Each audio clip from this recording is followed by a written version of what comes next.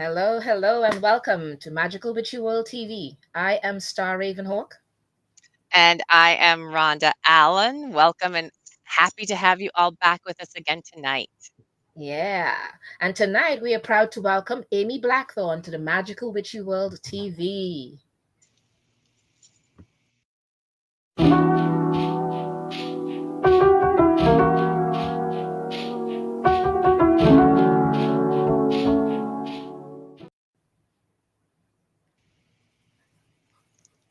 Hi, Amy. It's so nice to Hey, have you here with Amy. us tonight. I'm so Yay! glad you're here. We're looking forward to Welcome, this welcome, conversation and with welcome. you. Yeah. All righty. So let's have Rhonda introduce you. Yes, so welcome and thank you again for joining us tonight, Amy. I'm so tickled. So, to introduce you to all of our viewers here, I want to go first through your bio. Amy Blackthorn is the award winning author of the bestsellers Blackthorn's Botanical Magic, Sacred Smoke, Blackthorn's Botanical Brews, Blackthorn's Protection Magic, and Blackthorn's Botanical Wellness. She has been described as an arcane horticulturalist for her lifelong work with magical plants and teaching. She incorporates her experiences in British traditional witchcraft with her horticultural studies. She has a certification in aromatherapy and is ordained through the Order of the Golden Griffin. Amy's company, Blackthorn's Botanicals, creates tea based on magical associations. I have some. She has appeared on HuffPo Live, Netflix's Top 10 Secrets and Mysteries in an episode about supernatural abilities and the AP Newswire. Amy lives in Delaware, and you can view Amy's tea shop at blackthornsbotanicals.com. All right. So again, Welcome, welcome, Amy. welcome. Thank you so much for having We're me. I'm so so tickled glad to be to here. have you here tonight. I love these spaces. Okay. So we wanted to ask you some amazing questions because we know you'd have some great answers for us. So, kind of beginning with over the years, you may have referred to yourself to many different names as the time went by, because I'm sure it's been a while.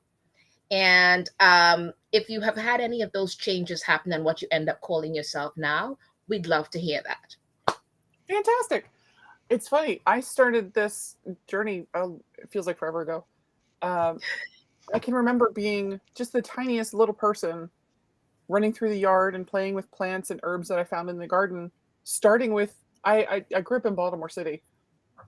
Um, Mm. those of you who are from the area, it's just Baltimore and Gardenville, just this little tiny area. And my elementary school, there was just a black top. There was no plants. There was no anything. Our yard had the one tree on our street, and there was just had the littlest patch of mint next to the back door. The day my mother explained, yeah, that stuff, the ice cream that you like, that's where it gets its flavor from. And I'm like, but that's the ground. You said don't eat stuff from the ground. Like this is not making sense here. When we finally moved to the county, we moved to Baltimore County between second and third grade, and we actually had like a tree and a yard and grass and stuff. And I found my first real flowers. We were growing azaleas in the side yard, and so I'm fascinated. I'm sitting in front of this bush, like it's most kids in front of the television, and I'm looking at the flower and the petals and the leaves and the pieces that come together. And I brush up against this flower, and it falls. And I'm thinking, oh crap, I'm gonna get in trouble. I broke it. And I Oh look no. inside the cup that this beautiful magenta fuchsia flower fell out of, and there's a little black seed that's starting to mature. And it's like the universe downloaded the secrets of the mysteries into my brain, and I'm going, flowers make seeds. I'm in the third grade, mind you. Like this That's is a so big deal. cool. This is like a major headline that flowers make seeds. Everybody Yes, else it knew. is. I had no idea. So I was obsessed. That I was obsessed. I had to know all the things. I had to go to the places. I'm doing chores for my neighbors to get pocket change so I can go and buy a 6-pack of petunias from the grocery store. And I'm Oh, pedaling home from the grocery store with a 5-pound bag of soil and a window box.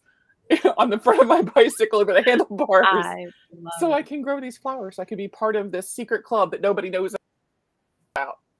It wasn't until I was 11, my sister came home with a copy of Wicca Guide for Solitary Practitioner by Scott Cunningham. Mm. Her and her best friend Christine were smuggling in her book bag, all giggles and frantic laugh. And I'm like, okay, something awesome is happening here, and I'm missing out on it. I've got to figure out what's happening. Anyone who has a younger sibling knows the fastest way to get them involved in your business is to tell them to go away. This Right. is really her fault. So I sneak into her book bag at the middle of the night. It's, there's a Pink Panther caper happening. I sneak into her book bag and I find this amazing book. I sneak back to my bed and I'm reading it by the light of the gas station down the street. And I find all of this stuff that I had thought for so long, for my wise old 11 years, was written in a book that I had no idea about. This wasn't the stuff that they taught us in church. This wasn't the stuff that everybody seemed to be so entranced by. And I always felt left out because I didn't feel it. I was playing the good kid card and playing along, but I never felt that thing that they all seemed to fall down over. In some cases, literally, the whole hand waving, and they fall down for some Yeah. reason.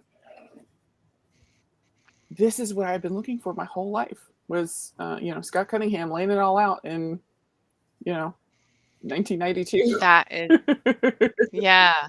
That's a great origin story, if you will, to your life. To your life as and this is kind of what Star was going towards, whether you call yourself witch or whether you call yourself something else in particular, right now. But how you came into this world, I'm going to use that. How you came into this world was part of what I was curious to know about. Was so it really was instigated or led on or influenced by what your sister was Yeah. doing, Absolutely. and I it's really started out interesting. as a witch, Yeah. and I came around to right around the time I was 18. I found my first coven, and I used the strictly used the moniker Wiccan because by the time I had gotten Mhm. to high school, I lived I had moved to a couple times with my parents, and it was a very rural county, and there was a lot of prejudice, there was a lot of racism, there was a lot of scary people. So I Mm. switched to strictly calling myself a Wiccan because it didn't have the inflammatory feeling of the word witch. Um, I had Right. I had death threats in high school. Like it was scary Wow. business, and so the moniker of Wiccan felt safer because at least it gave people a minute to pause and say, so what does that mean? Rather than Yeah. the gut feeling, gut reaction of a witch. And when I left my first coven, it just felt natural to go back to witch and to reclaim that word for myself and for anybody who came after me. Right. Yeah. Well said. Well said. Yeah. I do want to mention that we have some people in the chat and somebody that I know Debbie Chapnick, who says hello. And just wanted to say hi, calling her out. So, yeah, thank you for sharing that Yeah, that was portion. beautiful. And that is, yeah. Okay, so the next question is, from your point of view, what does it mean to be a witch? Yeah, what does it mean to be a witch for you? So it doesn't have to be anyone else's point of view, just yours. Working in concert with the elements and the plants that are around us to create not just our own world, but taking the energies of these plants, these elements, the gods that we're working with, and creating lasting relationships. Mhm. Sometimes they may be able to do things for us, and that's great, but it's about the relationships that we're building, the friendships that we make. It's not just, I have a bottle of essential oil and I create magic. Yes, that's possible, that's true, but the guiding force behind those magical associations that I talk about is the spirit of that plant. If I'm Mhm. had a long day and I need to relax and need a little bit of anti-inflammatory action, I might make a mug of peppermint tea, and I compost Mhm. my leaves and I enjoy my tea. But once that tea is gone, where is peppermint? peppermint, the spirit of peppermint endures. So I'm building relationships with Well those said. spirits. Those witchcraft, building those relationships with the spirits. That is fabulous, and that takes me to a question also. And it's something that's been a theme of the last several months in conversations, which is the relationship individual practitioners have to their magic and to their teachers. I'm going to use that language, and taking or reclaiming or finding, perhaps for the first time within themselves, that sense of sovereignty, and they are the magical practitioner. So it's not just what they're learning; it's also what they're learning and developing, as you're saying, building those relationships with the spirit of the plant or the spirit that of the energy that you're working with. So now I want to take to another part of that conversation and ask you, how is magic now imbued or infused, or how does it move throughout your day-to-day life, or how is it a part of your world or life right now? It's so important to have that daily practice because, we go to festivals and we go to concerts and we go to events, and at the end, everyone is so sad. They're just crushed Mhm. that they have to go back to their mundane lives. And I'm like, this is, no. You get one life, my love. You get one. You have to bring it into Yeah. as many pieces and parts of your life as you can. Otherwise, you're living from full moon to full moon, and that's just Yeah. not okay. Like, you need to be able to live your life every day. So I get up and I'll make my Yes. morning tea, and we talk about making coffee or making tea in the morning. Your morning ritual should be a ritual Yes. to take a look Yeah. at what you have throughout your day. Okay, I've got to write 12 pages by dinner time. Let's go. Let's get this done. I might craft a tea that has a little bit more caffeine in it, or I might grab something that has a little bit of a fiery action. I might grab some cinnamon. Hmm. It's Hmm. about looking inward, not just where we are and where we got to get, but how can I support this vessel to getting to the next place where I need to be. And so that magical practice is part of that. If I had to wait from full moon to Yes. full moon like that would a sad life that is. That is so well said. That is so well said. Yeah. Yeah.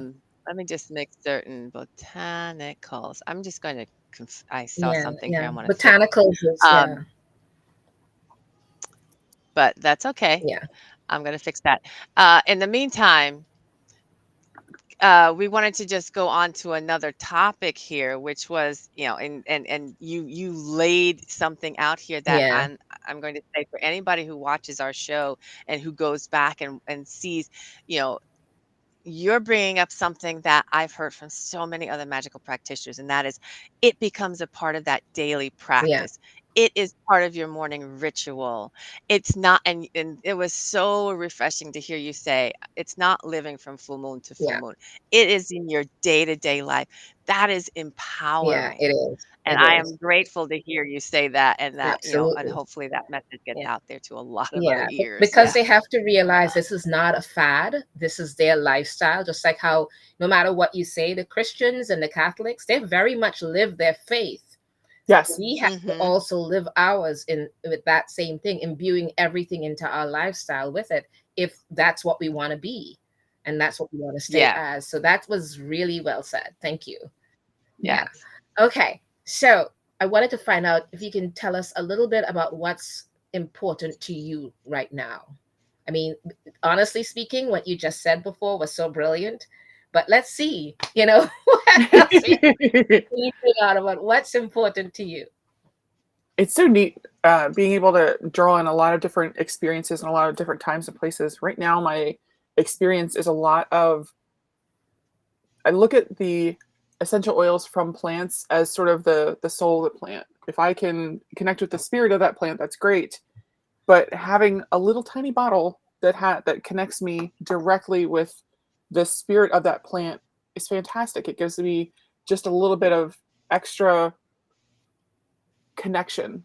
And so working with the essential oils as a method of connecting with that plant spirit that's a really great way to not just connect, but bridge all the gaps. So working with Mm, essential oils right now is getting a big piece of my magical time, because there's so Mm. much that I can do with know a specific plant. I've been writing about cypress for the last 3 days, and it's funny. oh, I messaged Mortalis because cypress is all about grief, and they write about death, and they're a death worker, and it's so yeah. beautiful to see how such a long history of use in a plant has so much to do with the idea of grief and supporting those in grief. Um, cypress was used to make coffins in ancient Egypt. Oh Um, wow. so Mm, we have the history of people working with this plant and the dead for thousands of years. Wow, yeah. It's just beautiful to get to understand that even though we experience specific plants in a really narrow way because of our life's experiences, we don't have to reinvent the wheel. This has been used for thousands Yeah, of yeah, yeah. years. It's so yeah, amazing. yeah. And that's so even that message right there is another thing that's really it enriches the practitioner to know that, yeah, you don't have to reinvent the wheel. There's I was history just and gonna there's say that. lineage Yeah, and there's history to there's it. Yeah. power behind it. It's It's like almost like That it's is like being fabulous. that essential oil archaeologist and finding out what the history of it and where it came from and all of that. It's brilliant. Yeah. Hmm. it's almost like when Yeah. you're a kid and you realize that your parents had entire lives before you were born, and you're like, I got to get to know this person, who they were before they were my parent. Like that's Yes. And it is an epiphany, right? yes. When you're a kid to say, "Oh, wait, the world didn't just start with My me. What do mom's you No, name mean isn't you were here mom. before?" What? my mom had to have Exactly. sex to have What is me. Oh that? my gosh. What is that? Exactly. So Grandma. so, yeah, what is going on? So, Okay. taking it down to this is another topic of conversation because we're coming out of that, couple of years of isolation and very siloed existences, and now community is really resurging for ourselves and our desire to be in community. Tell us about how community um what it represents, or how you feel about your relationship with community right now, and what type of work you may be doing within the pagan community writ large. The community is. I feel like it's an ocean. When I started, Mm, because I started so young, the internet was in its infancy, and people were really starting to mhm. come together. And so the big deal at the time was, online covens for teenagers, because we weren't allowed to join covens for adults. You had to be 18. And so Yes. creating these magical communities for young people was such an important part of that task, to come together and build that community, that the minute I turned 18, I ran out and I joined the first coven I could find. Never do that. Don't do that. Wait around a bit. Just saying. Um, but it's funny because the minute the pandemic happened, we had the resurgence of, hey, should we create online covens? Should that be a thing? And they had the understanding and the sort of the nurturance of Zoom, allowing us to have magical spaces that were just our own, and we didn't have to worry about being stumbled upon, say, in a Facebook group where the wrong settings could expose your witchcraft to your great grandma or your mom's Right, brother. right. Right. So Right. these ebbs and flows in connection and community, being either online or on in the real world, it's got that ebb and that flow, and we're at the high tide right now of so many people coming out of isolation to really desperately want that connection with those in person. So I went from Hmm. doing, the last 3 years have been inside at home because I'm immunocompromised. Now it's so Yeah. amazing to be able to get out and do more conferences. I'm doing one big appearance a month. And so the next one I'll be at uh, Free Spirit Gathering in Maryland. And so I'm looking forward to going outside and meeting other people and getting to really experience that feeling again of getting a hug and getting a high five, and sitting around Yeah. the bonfire at night and just talking to a complete stranger about the life, the universe, and everything. you can't have that experience by Absolutely. accident online. And so I'm Mm. thrilled that I get to really do that again. It's something I had been missing, and I didn't realize just exactly how times. I started writing Blackthorn's Botanical Magic Mhm. in in Yes. 2016, Yes. and I Wow. went into my little cave and I just holler at the walls here in my office, and I forget how big that connection can be in your heart and in your soul and your solar plexus, how big that feels Mhm. because I just Right. spend all my Yeah. time in my office yelling at the walls. That That is is so true. so important. Yeah. Because we went when we Yeah. just got back from PSG and Pagan Spirit Gathering with Selena Fox and stuff, and that was nice getting out there. Um, haven't Yeah. been out in so long, so it was really nice to do. But I have to admit that I'm not huggy and stuff anymore like how I used to be. I'm not that person. I am very much like, this is my space. Let's just keep it High five, high five. Yeah. Yeah.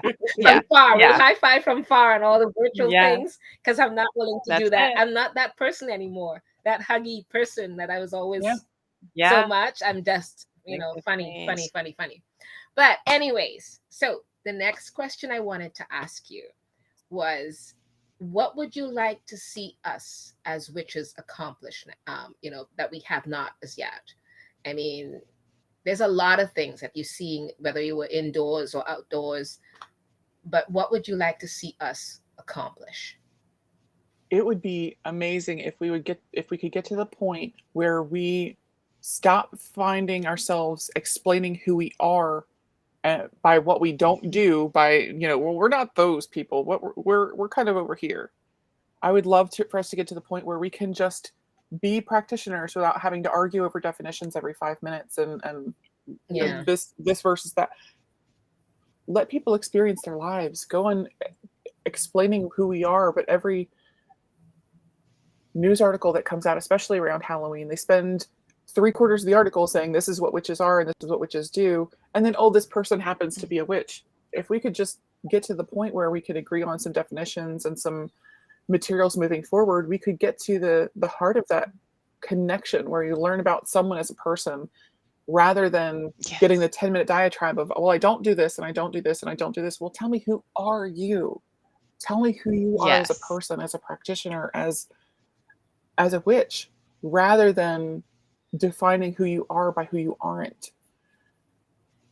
But I think that's what it is. You hit the nail on the head. You said they do it mostly at Halloween. So this is their witch time, the time when they go for the witches and everything. So they just grab quick things to say. And by the way, you might be living next door to a witch and don't know it, kind of a thing. Mm. It's a quick sensational thing, or our 15 minutes of fame for a second, Mhm. Yeah. so that they can just sensationalize us for a bit, which is I kind of went sad. to I went to the Buckland Museum of Witchcraft in Cleveland, Ohio last month or a couple weeks ago. Mhm. And it beautiful, lovely. If you get a chance to go out there, absolutely do it. Yeah. But there's big blown up um, billboard size news articles about the Bucklands. Obviously, it's the Buckland Museum, but it still has that same sensationalism. Like, you might be living next door to a witch and you don't even know it. And we Of haven't course. come any farther Yes. in 50 years than these sensational articles that Yeah. just want to make us feel like the weirdos and the bad kids. Yeah. Yeah. Mhm. Yeah. Well, actually, you kind of hit the nail on the head with why we even created this show. It was meant to show people that we all regular, everyday people who, yes, we are witches and all the different things, but look at all the things we want to do for the community and we want to see and Yeah. accomplish. And you just even mentioned we don't want to be sensationalized. We just want to be regular, everyday people who, just like you're a Christian or a Catholic, we're witches. It's simple. Mhm. It's nothing, sensationalized or treating us like freak shows. You get tired of that fishbowl Exactly. Yes. thing of where they're looking at us in a Yes. fishbowl and like, oh, look at the little fishies. Oh, look at the little witches. Yeah. It's demeaning. Yes. It's demeaning at Yeah, all what's the word times. for Yeah. it? And like you said, we have not come very far with it. And this whole idea of this channel is to bring forward that and show We're many different Yeah. people of many facets, Ability many names, many beliefs, and look and at the look many thoughts that we different have. ways. Yeah, That's it. That's yeah. it. So, with you mentioned already that you have one major event a month coming up. So, you have Free Spirit Gathering coming up. What other events? Tell us about what other things you have or projects even you have coming up or things you're thinking about doing. Well, so the first week in August is Free Spirit Gathering in Maryland. Then in September, I'm going to Temple Fest in New Hampshire. And then in Yes. October, I'm going back to Ohio because they have a dark market that's the whole weekend. It's the second weekend in October, the 15th and 16th, the Saturday and Sunday. In a converted electric factory. I'm really excited to see this venue. Oh my So goodness. Nice. I'll be there. Sounds It's amazing. sponsored by Witch Lab, which is super exciting. Tiffany is a doll. I would buy her a pony if she had somewhere to put it. Um, Love um, it. Love it. and then in November, I'm going to the Pagan Pride Day for Las Vegas. So November is Excellent. I get to Excellent. go. It's been a few years since I've been to Vegas, and I'm really excited about it. This I was the personal bodyguard to the CFO of a $30 million company. So the last time I was in Vegas Wow. was a much different experience. You were a Yeah, bodyguard I at was that gonna time. say. I What? don't have to watch anybody's back but Exactly. mine. That is fabulous. That is fabulous. That's awesome. Yeah. Okay. And we So can everyone can find that info on your website, I'm assuming, yeah. Yes, or at and Well, least I on wanted to kind of ask amyblackthorn.com. Facebook. you. I wanted to kind of ask you about the projects that you're doing, like because I know you mentioned a couple of things off behind the scenes. So, what are some of Yes. the projects you're working on right now? So right now I'm finishing the sequel to Blackthorn's botanical magic called Blackthorn's Book of Sacred Plant Magic. And Oh, I'm okay. really excited. It's building those connections between the spirit of the plant and our experiences as embodied people. Mm, So it'll have the botanical encyclopedia section that Blackthorn's Botanical Magic had, but instead of laying the groundwork for each section, the groundwork has already been laid. I'm going to talk about creating those connections between the actual spirit, the overarching spirit of that plant, and our connection with ourselves. I'm beautiful. writing. I have a really fun book that I've been working on with my partner Natalie Zayman, who wrote Magical Destinations of the Yeah. Northeast, and she's one of my New Jersey people. So I Yes, just love love Natalie's Natalie. whole face. Yes. And we're working on 365 social media spells for Union Square Publishing. I'm thrilled. We're gonna sign the contract any minute, and That is fabulous. Yeah. and I'm excited. the next Wiser project after that will be due in 2024 is a book on shadow work. Nice. Yes. Very nice. Very Yes. nice. That is awesome. Excellent. Tons of good stuff. And as I'm excited to see a lot of these things coming out. I just, I fangirl a bit, so that's just me. I love your whole Um, face. it's just what we do. But anyway, we have your information scrolling across the screen, and I apologize for interrupting you earlier. We were saying that people who can find your upcoming projects, events, etc., at this particular website, blackthornsbotanicals.com. Misspelling has been corrected. Or should they look to any other place? AmyBlackthorn.com also has my author specific materials, things like where I'm Excellent. going on tour, and you can find the first 30 pages of each of my book free to download. I want you to know that that my voice is the voice you want in your head when you're talking about this material. So it's free to download. Check it out. Love it. I hope that you consider buying it, but money is so And that's tight Amy Black. everywhere. I want Yeah. to make sure that everyone has the materials that they need. So you can find autographed copies of books and teas and all sorts of beautiful things at blackthornsbotanicals.com. But the actual free downloads are on amyblackthorn.com. I want you to know that I'm here for you.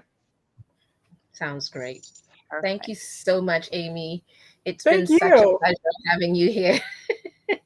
Thank you so very Yeah. much. We really appreciate it. And thank you for taking the Time. time.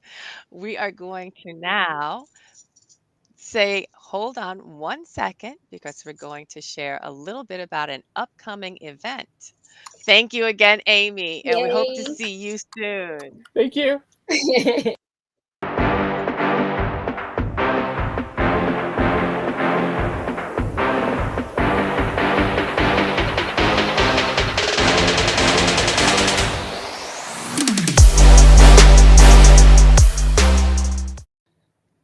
All right. That was amazing. Thanks.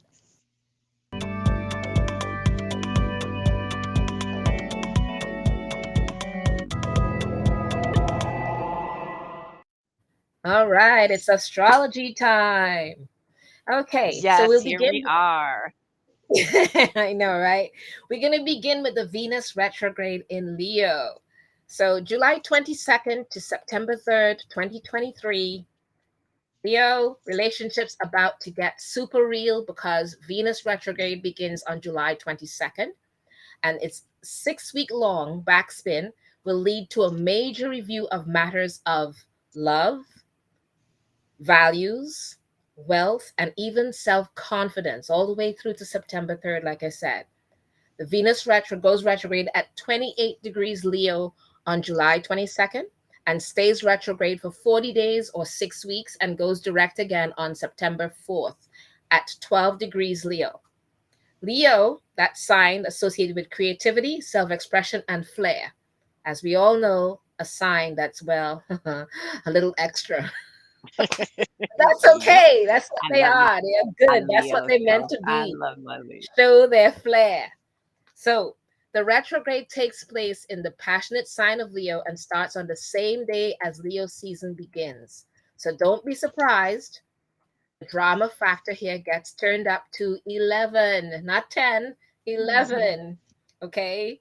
So with the love planet moving backward, it's time to revisit past relationships, maybe relationship baggage, rethink romance, and review what or who is truly worthy of your fabulousness. Just avoid making any drastic changes to your appearance or splurging on luxury purchases, as Venus rules beauty and money, and your taste for the next 40 days is subject to changing. So don't be alarmed if your usual channels of inspiration and vitality feel clogged around this time. Retrogrades signals a turning towards notions of moving forward. Venus goes retrograde very rarely, so when it does go retrograde, it influences us much more strongly than a regular Mercury retrograde. So Venus goes retrograde in the same sign every 8 years, activating a similar area of and bringing similar themes to our attention. Last time Venus was retrograde in Leo was in July, September 2015. So I want you guys to think real hard about what was going on in your life back then, September Right. 2015. All right, Rhonda. Excellent.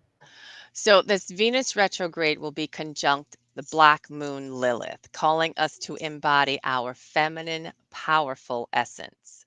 Lilith conjunct Venus in Leo is a no compromise energy. If something no longer makes you happy, Venus and Lilith will team up and help you do what needs to be done to reignite a spark in your heart and restore your passion and take back control of your life. Venus is the sign of relationships, and Leo is a particularly passionate living from the heart Venus placement. So, Venus retrograde in Leo invites us to listen to our heart. Do we feel joyful and alive? Are we happy in our relationships?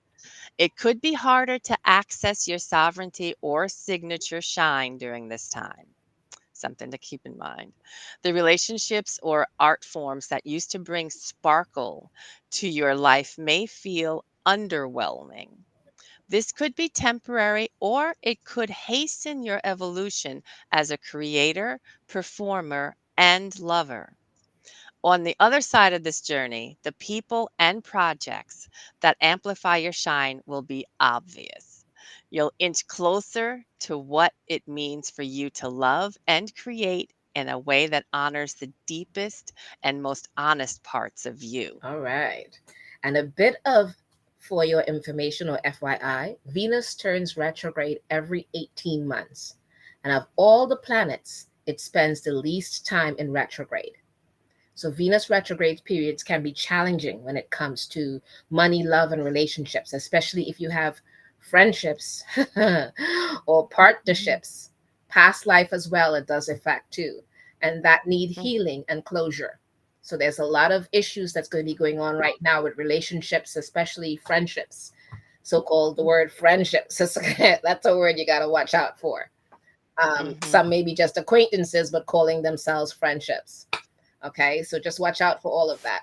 And during Venus retrograde, past romances may sneak up back into the present, and whatever relationship you presently have may be questioned and redefined. So you got to look out for that.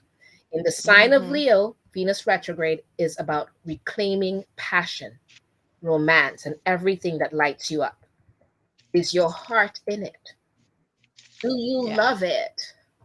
Do you feel more alive after you do it? Whatever that is that you're doing. Okay. Leo lives and loves big. It's ruled by the sun, the center of our solar system. So start taking up your space if you haven't made enough room for yourself. It's so easy to play small, and it does not want you to play small. This is Leo we're talking about. Go big. Mm. This might sound weird, but it just means expressing yourself fully. So don't adjust yourself to fit someone else's image of who they think you should be. It's also a great time to reconnect with your creativity and desire. Just be careful not to go overboard because Leo can spend the bank down.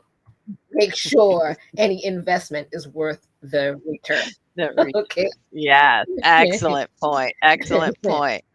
So we're also dealing with Chiron retrograde. So the Chiron retrograde begins as well. In case Venus retrograde wasn't already setting your heartstrings haywire, Chiron retrograde 2023 kicks off less than 12 hours later.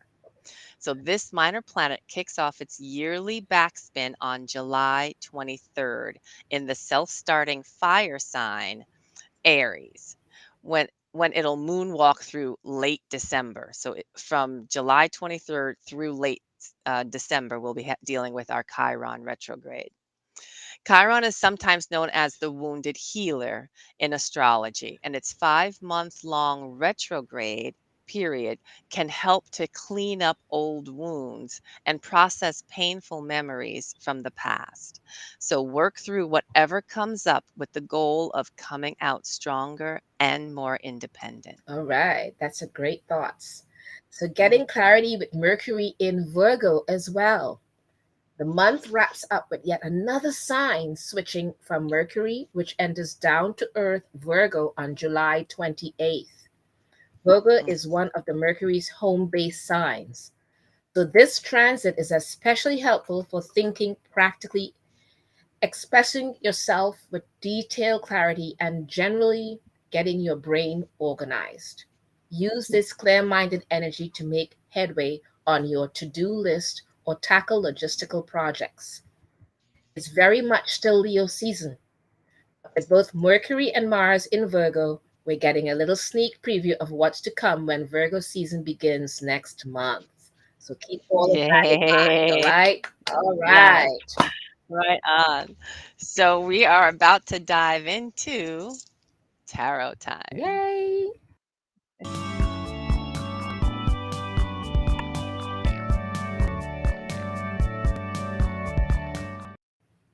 All right. So tonight, the card that we're pulling is to reveal some more about not just the Venus retrograde, but the many different retrogrades, the Chiron, and everything else that's coming up this month. And how is it going to affect you? Excellent. Okay. Or anything that's going on in the outside world. So let's pull that card and Okay. see what we've got going on.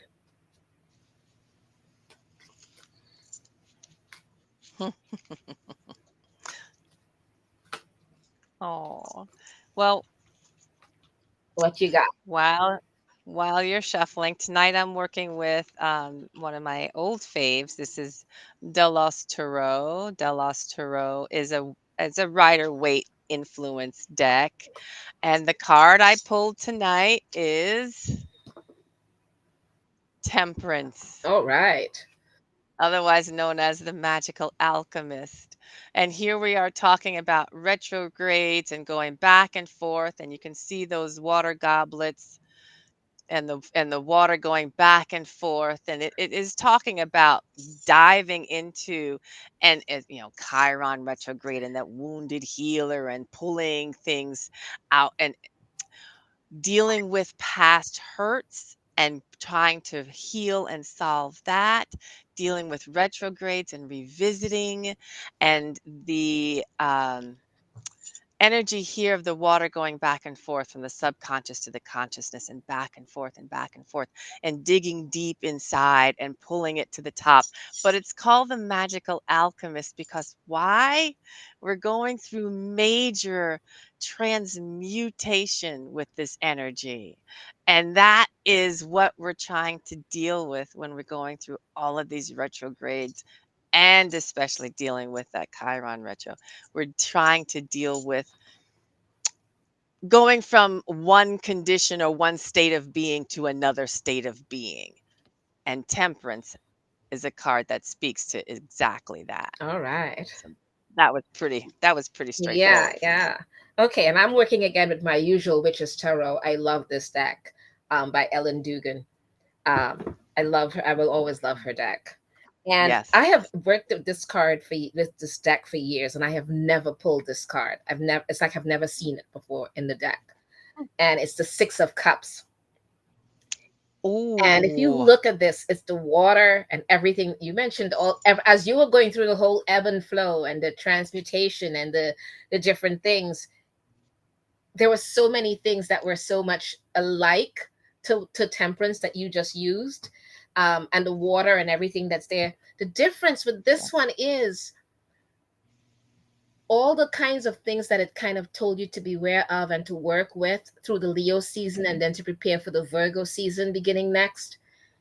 It's Hmm. like it's giving you how the ways to guide you through it so that you'll be able to flow well at all times. And at the same time, if you look at this card, it has like a small pumping well of where it's kind of saying it's got six cups and the water is all around us. There's like a river in the back of it and coming down on the side by the two kids. But it's basically Hmm. saying, I'm keeping these six cups full for you at all times, no matter what.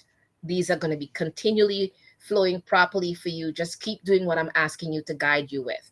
The river is guiding you, everything is guiding you. If you do it and you follow these words and this way that it's going, your cups are going to constantly be filled no matter what. It's not going to run dry.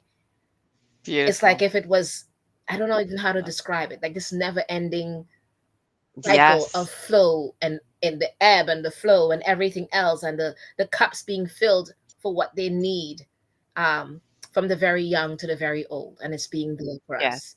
And I think it speaks of such hope. It speaks of such guidance and universal guidance and hope that is offering Yes. if we learn to accept the different things that are being guiding us along the way. So Yes. it, to me, every time we pull these cards, it's like you can't make this up. I It mean, just pulls that and is it a is what it is, beautiful and energy. it is guiding us each time, and it's with one card, and it Yeah. speaks so much. So we're very grateful for that. Yes, indeed. And I'm really excited to see the energy of so much of that flow and the Yeah, water yeah. and that growth. Yeah, it's digging deep. Water in Tarot is definitely going deep within. So Yes. that's part of what we're doing at the all these retro. We're going backwards and revisiting and checking it out and going deep within to figure out how can I fix this? How do I work Yeah, with this? yeah. Well, yay. Yay. So now we want to announce our next week's guest. Yay. Here we are.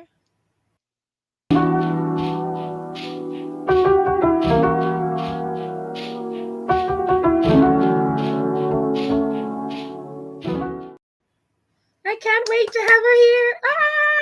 I Yes, miss her so much. our goddess I miss Rhonda her will so be much. back. Yeah, I miss her so so much. I excited. can't wait to see her again. Okay, Absolutely. so thank you guys so much, and don't forget to check out our Pagan Ninja playlist and our Pagan music list playlist on our YouTube channel. We have some new shows: Curious Herbalism with Kenya Koviak, and our other shows that we've had. Please do check them out on YouTube. Don't forget to like, subscribe, and share. I Share. don't want to miss that part. Don't forget to like, No, subscribe, and share. And what exactly. else? We wanted to thank everyone for being with us tonight, and Amy Blackthorn, our special guest. So beautiful. Thank Thank you you. so much. Thank you so much, Amy. We want to just remind everyone that while we are pivoting from this year's Witches Fest, things are in the works for Oh, yes, yes, 2024. yes, yes. Big things are in the works. But we also have, and you saw that commercial launched earlier tonight, the new market coming, Yes, which is Knights Fair. You'll find the link to that in our on our YouTube channel and on our and all of our socials so you can apply. That starts on Monday. yes, We have very limited applications and spots available. So grab the link, apply. It is a curated market. So grab the link, apply so you can get checked out. And if you can't make it for this market starting on Monday, which will be a daily market running for 4 weeks, 4 weeks. So you'll select your dates. If you can't make it in for this one, we will definitely hold on to your info and waitlist you for the next one. yes. And All just so you righty. guys know, that market is on Broadway between Astor Place and East 4th Street in Manhattan. So it's right between the East and West Village. Amazing location on the ground Yes. floor, front store. So you got to make it to that market. All right. Yeah. All right. Find the links. All righty. Have a great night, Thank everyone. you. Again, please do like, subscribe, and share. Yay.